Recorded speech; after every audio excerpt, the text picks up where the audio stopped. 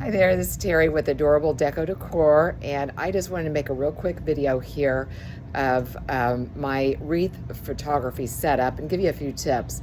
Um, One of the most common questions I get asked, especially with new Etsy sellers, is how to take a picture of a wreath. And it is tricky, and I've been doing it for many years, and there's several tricks that I could show you that I've learned along the way. And I'm going to first start out by showing you my setup.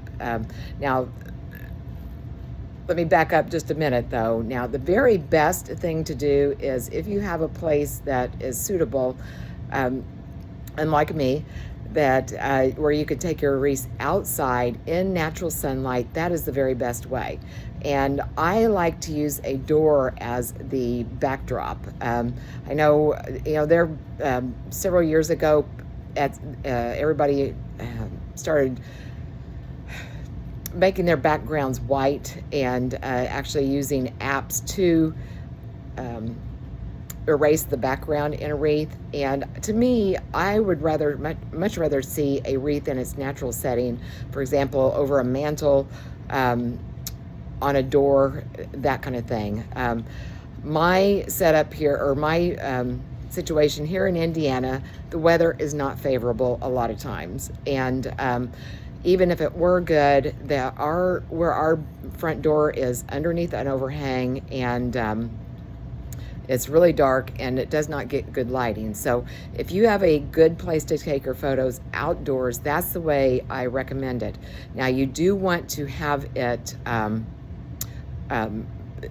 kind of overcast. You don't want to have direct sunlight, because then you're going to have shadows, and that's another thing we fight with. But anyway, so I'm going to show you what I do with my setup. And let me see if I can turn the camera around.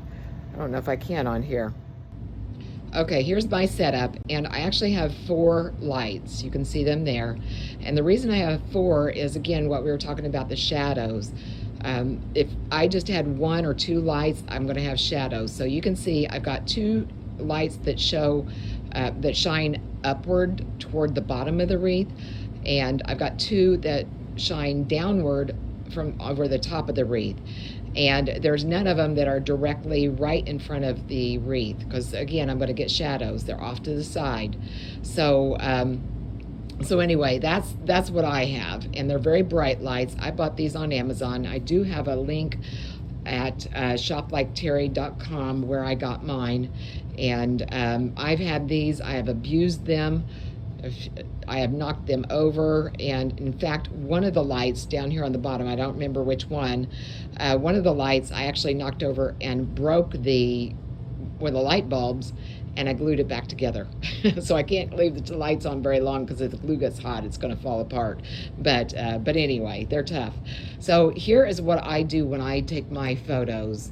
I start out, I come in, I walk in close here, and I want to get the whole wreath in one shot. And sometimes I notice that if I am going, shooting from over the wreath, that it does not look as good. It looks off balance. So I actually kind of drop the camera down around my belly button and go straight on with it. Whenever we're taking a photograph of ourselves with a phone, we want to go down so it makes our face look better. But with a wreath, I drop it down a little bit. So anyway, I take a picture right here, and then once I take that picture with the whole wreath, I take 2 steps forward, and I get right in the center of the wreath. I take another picture, okay? And then from here, I start taking a picture of all the individual elements. I take a picture of the main item, or the focal point. I've got 2 of them here, so I take a picture of both of them. I come up, I take a picture of the bow. I take a picture of the other bows, or the ribbons, okay? And then I come in here real close, and I start taking a picture of the florals and the greenery. Okay, then next thing I want to do, I want to get side views. So I come back here and I get it at an angle, and I show that from the side. I come over on the other side, I do the same thing. I shoot from the side. And then the next thing I do, I back up And I've got my door here, and I want the customer to be able to see what it looks like hanging on a door. Now, this is a small door. It's actually an antique door that I got from I was on Facebook Marketplace, and an elderly lady was downsizing. So it's only about 34 inches wide. Standard door is 36 inches wide. But I always put that in my description of my wreath, and that way the viewer or the buyer, potential buyer, has an idea of how large this wreath is. Okay, so then from there, now Etsy allows us to post videos of our wreaths, and I'll go ahead and switch over to video mode, and I'll zoom in just like this. I'll do a quick, I go from each one of these elements, just give it a still shot, and then I back up because I want the final picture to be of the whole wreath.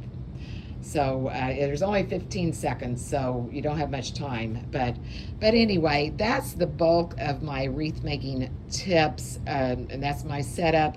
Now, I did want to show you one other thing, and it's kind of a mess over here, but I'll still show it to you.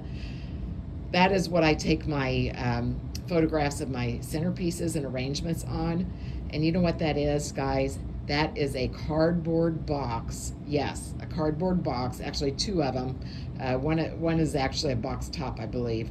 But I just wrapped that. This right here, this is photography backdrop paper.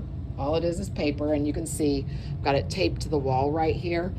And I wrapped that cardboard box in some of that paper to make it cohesive with my backdrop. And I mean, there was no sense in me going out and spending any money for a fancy table or something. So yeah, pretty cheap. Okay, and so anyway, if I think of any other photography tips, I'll post them in this blog post that I'm making. But otherwise, yeah, that's my way I take my photos for Etsy, and I hope it helps. Bye-bye.